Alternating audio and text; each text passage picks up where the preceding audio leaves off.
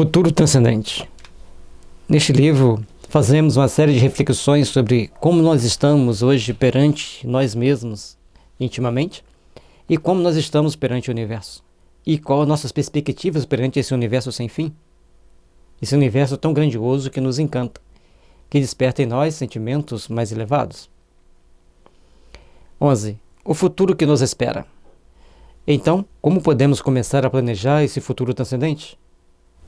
Chamamos de futuro transcendente porque transcende as nossas possibilidades materiais de entendimento.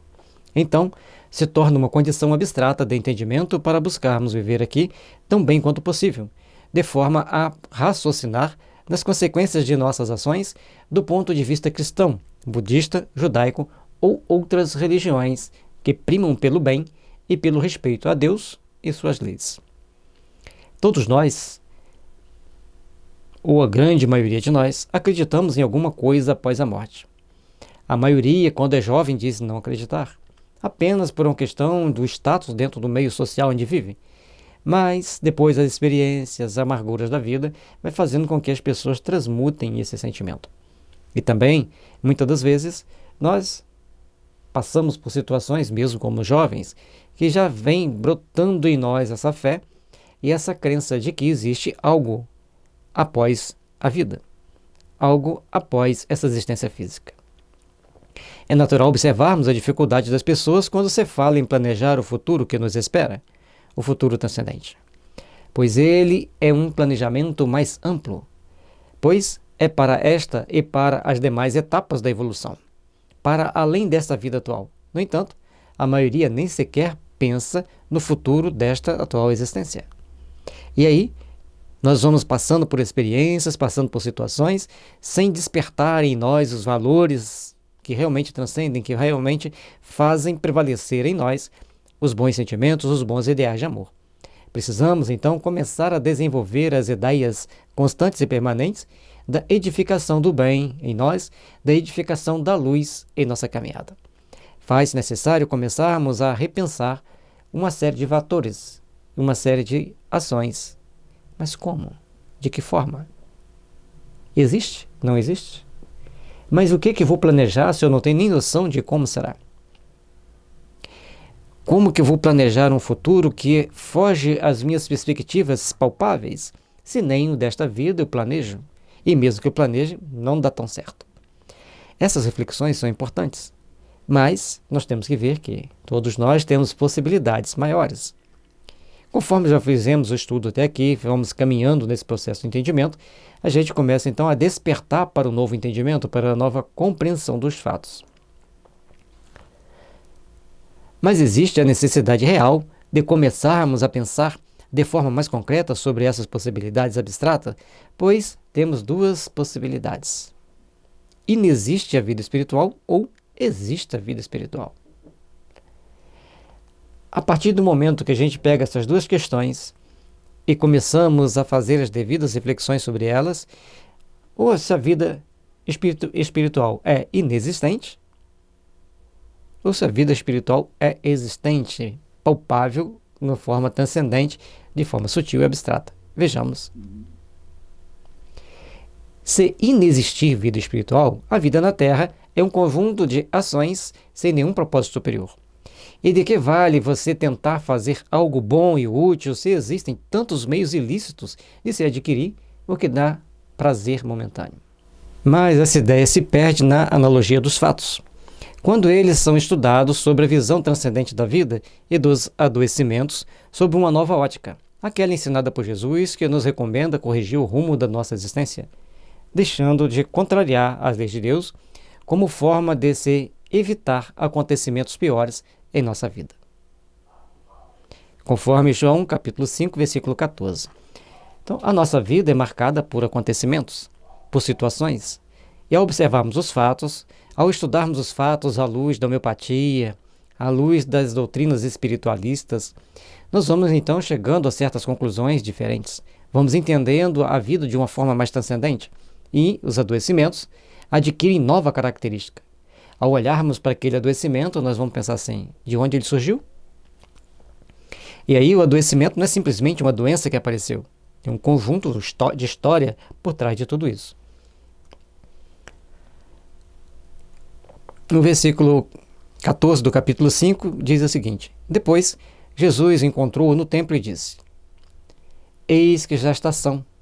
Não peques mais para que te não suceda alguma coisa pior. E isso vai trazer para nós reflexões muito importantes.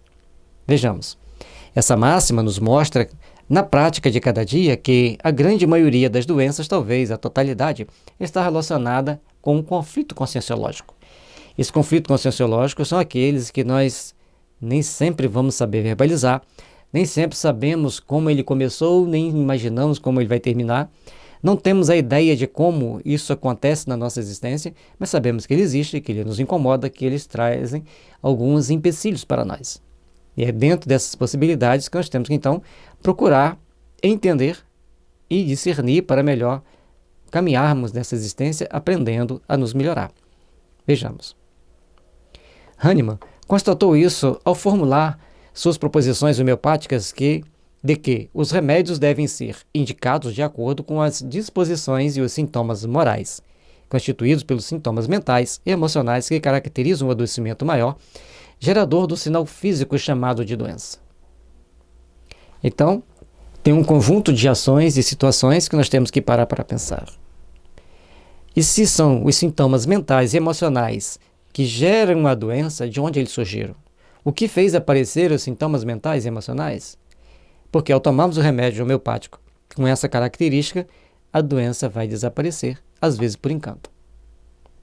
O problema é que, às vezes, o homeopata não tem como acertar em cheio um remédio que resolva um conjunto de situações de uma forma muito prática. O que ele enxerga vai resolver o problema A, mas tem o problema B, C, D, e aí depende de um conjunto de dados e um conjunto de conhecimentos para se chegar a essas respostas. E nem sempre a pessoa tem condições de oferecer a resposta certa para as perguntas, e o homeopata não vai ter como achar o remédio compatível com aquelas necessidades. Faz parte, então, do processo de evolução daquela pessoa passar por aquela doença como uma forma de desintoxicar suas estruturas perispirituais. Ou seja, a sua condição psíquica gerou adoecimentos para o físico como forma de se autodesintoxicar, entendendo o corpo como uma esponja da alma. E isso vai fazer com que, então, aquela pessoa, ao desencarnar ou passar por aqueles adoecimentos, ele estará se melhorando, se corrigindo, para que ele possa, então, evoluir um pouco mais. Dessa forma, para se curar um sinal físico chamado de doença, precisa se melhorar um conjunto de adoecimentos. Se tem um sinal físico, tem um conjunto de adoecimento para ser tratado. Então, a lógica nos diz que existe uma lei transcendente que regula a nossa vida para nos conduzir a um estado de equilíbrio psíquico que proporciona um bom funcionamento do corpo físico. Aí as coisas ficam mais complexas, ganham uma outra dificuldade, ganham outros contornos. Porque à medida que a gente entende que tem, além da nossa estrutura física, existe uma estrutura psíquica, e que nessa estrutura psíquica está registrado os nossos problemas, dentro de uma linha filosófica de pensamento, então nós vamos começar a prestar atenção como nós devemos agir e interagir para buscarmos estar no meio que precisamos estar. Como precisamos estar entendendo o que está nos acontecendo para a gente contornar e caminhar para frente. E às vezes esse contornar não vai ser nesta vida. Nesta passaremos por várias etapas de autopurificação que podem durar anos e anos, com períodos de estabilidade, períodos de remoção de intoxicações, no momento em que fazemos uma revirada bem grande na nossa estrutura íntima para buscar a transcendência da vida, para buscar o aperfeiçoamento nosso como espírito imortal. Com esse ponto de vista, precisamos de grandes reflexões. Então, a partir do momento que a gente vê a doença como um processo de desintoxicação da alma, nós temos que fazer grandes reflexões. Deve existir um espírito que regula e estabiliza as reações do corpo físico. Estas interações vai proporcionar mais ou menos saúde. Se tem um espírito que regula meu corpo físico para que eu tenha mais ou menos saúde, então, por que ele tem menos saúde e outra pessoa tem mais saúde? Então, se existe o espírito, deve existir a vida espiritual. Se ela deve ser melhor pensada e refletida sobre as suas reais condições existenciais.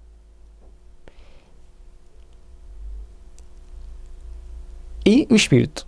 Ele veio dessa vida espiritual? Ele teve outras vidas antes? Ou ele saiu de lá e vai voltar para lá independente do que tiver feito? Temos que ver a lógica. Não podemos associar a ideia, ele saiu de lá, veio aqui, passou uma experiência física e voltará para lá. Mas em que condições ele vai voltar para aquele mesmo lugar? Tendo feito coisas boas ou tendo feito as coisas ruins? Como essa vida espiritual então é organizada? Como ela é organizada? Qual a lógica dessa existência? Como devemos pensar em construir as nossas realizações para o futuro transcendente? Porque se chegarmos à conclusão que existe a vida no mundo espiritual, então nós temos que ver que temos que fazer algo mais para conquistarmos a nossa paz de consciência. Temos que fazer algo mais para buscar a nossa essência e fazê-la despertar para entendimentos superiores, para entendimentos mais transcendentes, mais condizentes com a nossa realidade. Em cada etapa da vida, desencadeiam situações que, na maioria das vezes, saem do nosso controle. Portanto, é um planejamento relativo, mas devemos primar pela nossa melhoria íntima em cada etapa, enfrentando as dificuldades que ocorrem com maturidade e equilíbrio íntimo, sem o estresse pelo qual a maioria se deixa levar em tais situações. Se você passou por uma situação controversa, se você passou por uma situação que você não gostaria de passar, então você está vivenciando um momento desagradável. E se você quer, então, construir um amanhã melhor, você construir uma lógica melhor para você, construir etapas melhores do seu aperfeiçoamento íntimo, da sua melhoria íntima, você tem que começar a dar passos mais compatíveis com a sua necessidade evolutiva. Nem sempre é tão fácil, nem sempre é tão simples naquele momento. Porque, como nem a maioria de nós, ao sermos deparados por uma situação nova, não agimos com maturidade suficiente, então vem depois certos arrependimentos e as consequências dessas ações. Logicamente que depois de se arrepender, de ter agido de tal forma e deixado de agir de outra forma mais equilibrada e compreensiva diante de cada etapa adversa, para que, a próxima adversidade, você saiba agir de forma a ficar sem a dor moral, ou seja, na consciência, deixando de agir da forma contrária ao esperado por você e pelos que te cercam. Então, nós passamos por situações das mais variadas, nós passamos por situações que nos chama a prestar atenção nesta atitude ou naquela atitude. E dentro dessas ações e atitudes que nós devemos prestar atenção, em como agimos e como devemos agir, existe então a compreensão, existe então o discernimento das nossas possibilidades e então começarmos a dar os passos necessários para o empreendimento e o desenvolvimento do sentimento maior de amor e de paz. Cada um de nós, então, somos o responsável pelos nossos atos. Cada um de nós somos responsáveis pelas nossas ações. E a nossa consciência grava esses fatos e essas ações. Por isso, o compromisso que nós temos intimamente conosco de procurarmos agir para fazermos o melhor e sintonizar com aqueles bons espíritos que podem nos ajudar, pelo mecanismo da intuição, a vencermos as adversidades. É um treino constante que devemos procurar fazer. A vida é uma escola, e cada etapa é uma aula maravilhosa onde se aprende um pouco com o mundo e com a forma dele reagir sobre os nossos atos, bem como a forma de se criar os atos de vida e de realizações para o próprio futuro. Vejamos, cada um de nós temos situações diferentes, passamos por situações diferentes, enfrentamos situações diferentes. Cada um de nós, então, temos um compromisso de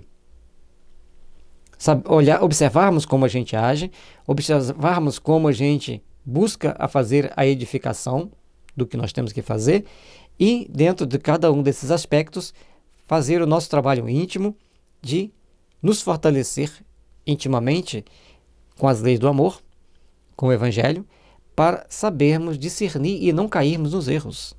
Porque o mundo é uma escola maravilhosa, mas a todo momento ele está reagindo sobre a nossa forma de agir, criando para nós situações boas ou desagradáveis que têm consequências sobre como agimos e interagimos com a vida.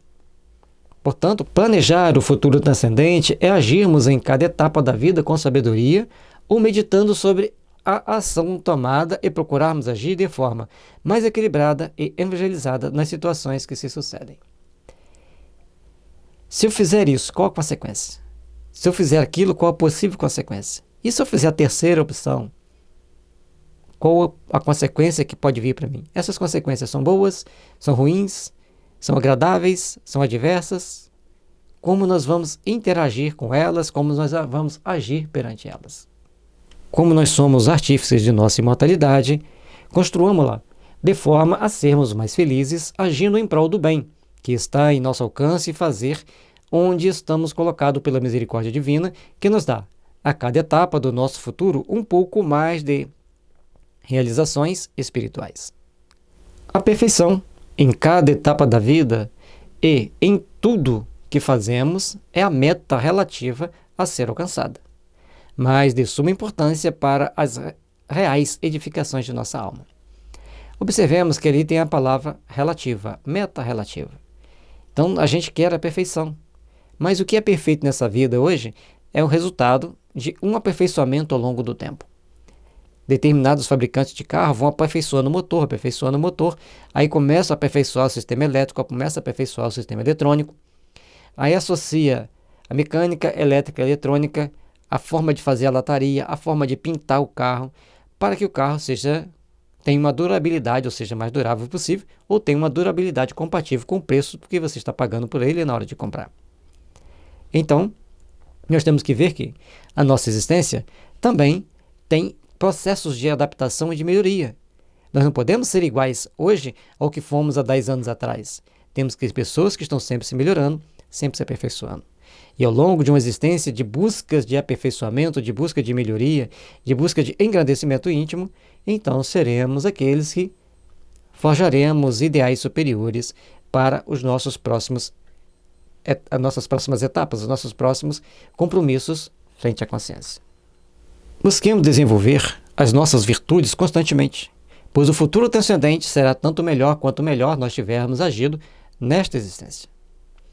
Com esse entendimento, passamos a compreender que aproveitar a vida é realizar o bem em nós mesmos e colocarmos em prática o evangelho de amor e solidariedade ensinado em todas as religiões que preconizam o bem como meta de cada um. A partir do momento que nós entendemos que todas as religiões boas têm a prática do bem, da solidariedade, da compaixão, do amor como um preceito básico, acaba o sentido de religião, porque as religiões são simplesmente uma forma de nos agregar em grupos para nos fortalecer daqueles ataques de espíritos maus, de espíritos que vivem no plano espiritual só para prejudicar os outros. Se nós estamos agregados a grupos que nos dão sustentação, então nós começamos a caminhar dentro do processo de aperfeiçoamento, de melhoria e de crescimento. E assim, a gente vai vendo que nós estamos dentro de uma engrenagem que vai girando, mas ela tem uma característica peculiar. Cada vez que ela gira, ela nos impulsiona um pouco mais para frente. Ela nos dá mais uma capacidade de entendimento, nos dá mais uma capacidade de compreensão. E assim, nós vamos nos conhecendo melhor e também vamos procurando conhecer o universo que tem ao nosso redor, e sobre o solo terrestre, e o universo que circunda o espaço em torno da Terra. Ao entendermos essa grandiosidade, essa beleza divina, nós então começamos a dar os passos necessários para conquistarmos os esplendores celestes. Mas o esplendor celeste não é aquele local onde as pessoas ficam beatificamente contemplando Deus.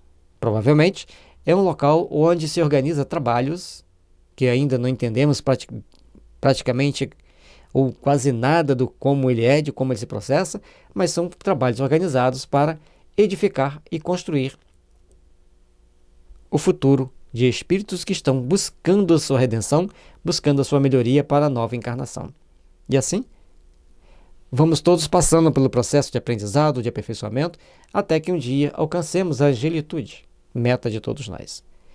Essa é uma visão que nós podemos adotar, porque não vai nos prejudicar, só vai nos fazer bem, porque à medida que a gente faz o bem dentro da coletividade onde estamos, essa própria coletividade nos impulsiona a crescer e conquistar espiritualmente esse espaço íntimo, essa melhoria íntima que nos faz crescer, que nos faz aperfeiçoar perante as forças soberanas. Que as forças celestes nos iluminem os caminhos e nos direcione para as realizações superiores da alma.